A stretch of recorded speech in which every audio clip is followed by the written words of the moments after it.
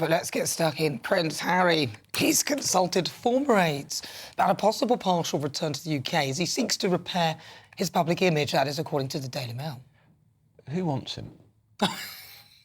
I'm sorry. This is, of course, he's got his book Spare. Yeah, the paperback comes out later this year. Now, he's not updating it, but he'll want to promote it. Yeah, absolutely. He says he's not doing any interviews, but we're talking about him now, we're talking about Spare. Yeah. And is he going to come back with his wife? What about the children? Because apparently it's not safe for his wife and children in this country, according to Harry, even though he took his wife to Colombia, which is much less safe than Britain, in my view. It's absurd. Anyway, he was able to attend his uncle's funeral quite easily. He did. Nobody knew he was coming. He said he wasn't, and then he did.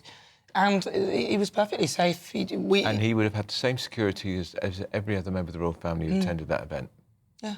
But, of course, he didn't speak to his brother at the funeral. No, he wouldn't, would he? So if he's trying to fix it, honestly, a funeral is where you should put all differences aside because it's not about you. It's about respect to the person, the family of the person who's gone, which was his uncle. It was his... Diana's sister's husband had died. So, yet they didn't speak. They didn't speak in the church, they didn't speak when they left the church. Incredible, isn't it? It's awful because that moment is when you realise that we are all mortal. And at that point, all other things should transcend that, but not... Well, this move is being branded as Operation Bring Harry In From the Cold, because apparently he's a bit fed up with his life in Montecito. Does that mean with his wife? I don't know. Oh, no. Apparently he's dissatisfied with advice from his American-based image expert. Well, they've had about 10 of them, haven't they? They're on to their number 11. Joining us now, royal biographer Angela Levin. Angela, lovely to see you this morning. Good morning. Yeah, very Angela, nice to see you both. Operation Bring Harry In From the Cold. Firstly, is there any truth to this? Because we do hear lots of things and then some of them may not be true. It's in the Daily Mail, very reputable newspaper. But what are your sources? Where have you heard this? Well, I have several things. It's exactly what it is. It's a nonsense because it's never going to be cosy. A man of his age who attacked his father and his brother and his sister-in-law so horrendously isn't suddenly going to change how he is and be Mr. Sweetie. He's just not. He said that they're trapped. And does he want to be trapped? Of course not. I think the reason he's doing it is, one, he's got more chance of 24/7 protection. He's taking the government to court for the third time, and he's desperately after that. He's a very, very determined man now. He was much more free and easy when I knew him and spent time with him, but now he's very determined. He won't give away. So that's one. Number two, he'll want a property, and that will mean he's back on the Councillor of State. So if the king is not well or needs help, and there's forms to be filled out and documents to be looked at, he could be doing one of that. That means he's back in the line. Can't have that. He's also, I'm sure he'll use what he hears and what he sees to earn money for other things that he's doing. If he really cared, with his with his book coming out in paperback, I think he could say to the publishers, I want all these awful things that I've said out. The whole point of having a paperback is that you can correct any mistakes. So he should actually ask for the whole lot to be taken out, all the insults, all the dangers that he killed X number of people when he was fighting for the country. There's plenty of things he could do. He's not going to do anything. This is all a game. This is all nonsense. And I think that we've got to be very, very careful. And I hope that the royal family are very, very careful too. The king loves him. Of course he does. It's his son. But he will drive him absolute crazy. He's got to be very careful that he doesn't get too much stress. But Harry's going to want and want and want. What you said about Meghan, she's not going to come, except if she could take some of the jobs that Catherine has. She's very jealous of her. So she would come over if she had a big house, lots of money. She once complained that she thought it was shocking that they weren't paid for each thing that they did. And she was in Australia. She was saying, you know, aren't they paying us for this? This is terrible. And I think that that would be a disaster as well. As for the children, they don't seem to be important about schooling or whether it be half and half. But what Harry can't do, the late Queen was absolutely determined about, is being half in and half out. And I think they've just got to stop him in any possible way. It really upsets me and makes me very nervous that he would put on a pretense that he's a victim and want to come back. And he's not a victim. He's become very, very unpleasant about what he does.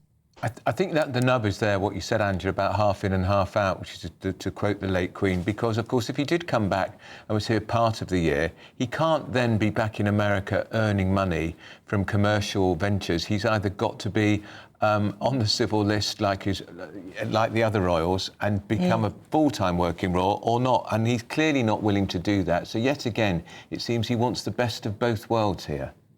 Yeah, absolutely. That's what he's like now, you see.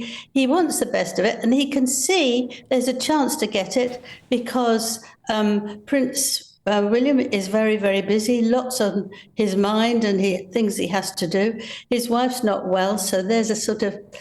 they could necessarily take advantage of that. The king is obviously doing his very best, but he gets tired, and they can take advantage of that too. And I think that it's just got to say, look, Harry, you've lost the plot, and we're not having people telling us what to do. If Harry was really wanted to do it, he's nearly 40. You say to your father, I'm so sorry, please forgive me, forgive me, forgive me. But he won't do that. He'll want apologies, and he'll want money, and he'll want super security. But look, Harry might argue that actually he wants to rebuild bridges with his parents, and actually you never know. But he might be being genuine. Let's just imagine that he might be. Meghan might also say that actually she was treated unfairly by the press and not equal in the same way as Catherine. That's what they might argue.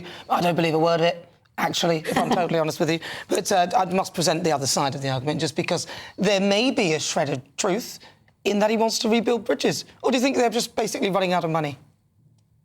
Well, their money would be very useful. Yes, he'll ask his father for money because his father's got a load of money, and he'll try to get money out of him. But I understand, Nana, that you want to give both sides. But actually, if you really analyse how they've been, you can't just suddenly change and be a different person. You just can't. It's not possible. He can go from being lovely. He was lovely when I saw him. He was terrific. You can go downhill because if somebody is bringing out the worst in you, that's what happens to you. But there's no way he's going to come back and be wonderful. There's too much. I didn't go that far. Yeah. I feel it very strongly. Yeah, and I was thinking, though, if the mere idea that he's thinking this could be a possibility, it would be a terrible repudiation of Project Meghan, which was to extricate her husband from Britain, from the royal family, and get him full-time in America.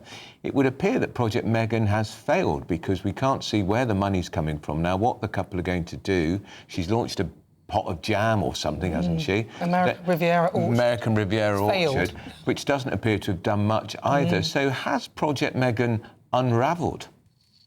I think it has, actually. The thing is, Meghan doesn't know why people don't like her, don't want to do things to her. She's not sensitive about that, and she doesn't understand that people don't want to be told what to do when they're skilled in that area. This goes for everyone, a chef, a CEO, for her cooking deal. And they've all retired. The chef went because she would be watching over him and looking at every single thing and telling him what she does. Well, you can't have a top chef like that. It's very good to get a top chef, but they don't want that. The same as there's another person who's resigned today. So it just goes on because they can't stand it. I think they're used to a certain amount of telling what they want. But actually, it's just that Meghan does think. Well, she always calls herself a global something or other. You see, she's not. That's one of the huge reasons why she's not interested in the UK. But I think she needs help to explain why people don't like her. Well, she's just lost another head of PR, as you said. They've lost another staff man. That person's gone. They were with them for a short time. This does sort of look quite bad. Pattern of behaviour. Because everybody seems to leave them after spending a very short period of time with them. Very short. Now, if you look at the real monarchy, they're there for 20, 30 years. And that because they're treated like one of the family. When I was doing his biography, they all said they were treated like family. They had to work hard. They don't get much money, but they were treated like family. And Meghan doesn't do anything like that. And they won't be shouted at and screamed at. Why should they? Why should anybody? Angela, always lovely to talk to you. That's Angela Levin, biographer of Prince Harry. Up next.